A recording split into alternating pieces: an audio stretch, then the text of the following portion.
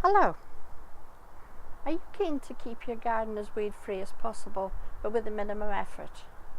Well, I'm going to show you a couple of things to do today. Have a look at the bed behind me. I don't expect you'll find very many weeds in here, and it's not because I've been down on my hands and knees rooting through, finding out all the weeds and pulling them out. It's because the weeds don't have any space to grow.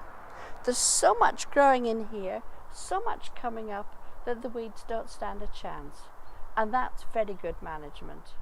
This is the time of year when everything's growing well, especially the weeds.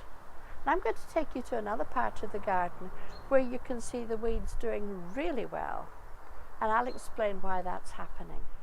During the winter, I cleared this bed and I moved a whole lot of Japanese anemones from different parts of the garden and planted them here. And in the spaces in between, I put some spare wallflowers. In addition to that, there's some daffodils and there's some bluebells coming up. But that's all there is. So I know what's coming up and I know what shouldn't be coming up. And in these spaces, there are loads of weeds coming up, growing really well. And I'm going to show you a good way to get rid of them without too much effort.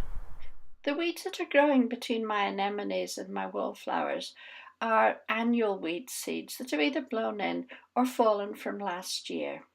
And because they're small and they're annual, they're also the easiest to get rid of, and I'm going to show you how. The only tool I'm going to need today is this Dutch hoe.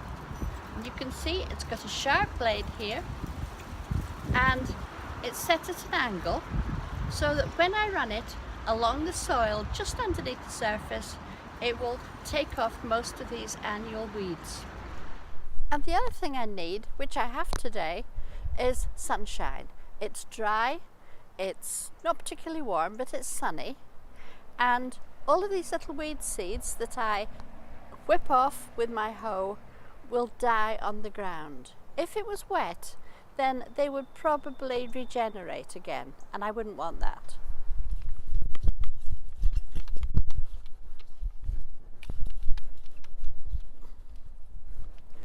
What I'm doing is sliding the hoe along the ground just under the surface of the soil, and it's going to cut off all of these little weed seeds, and when they lie on the surface they're just going to die off because the sun's shining and it's dry. Well, that's it finished. I hope you can see the difference.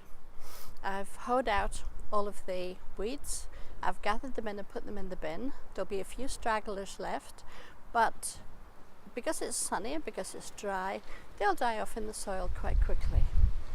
And any that are left, I don't think will regenerate.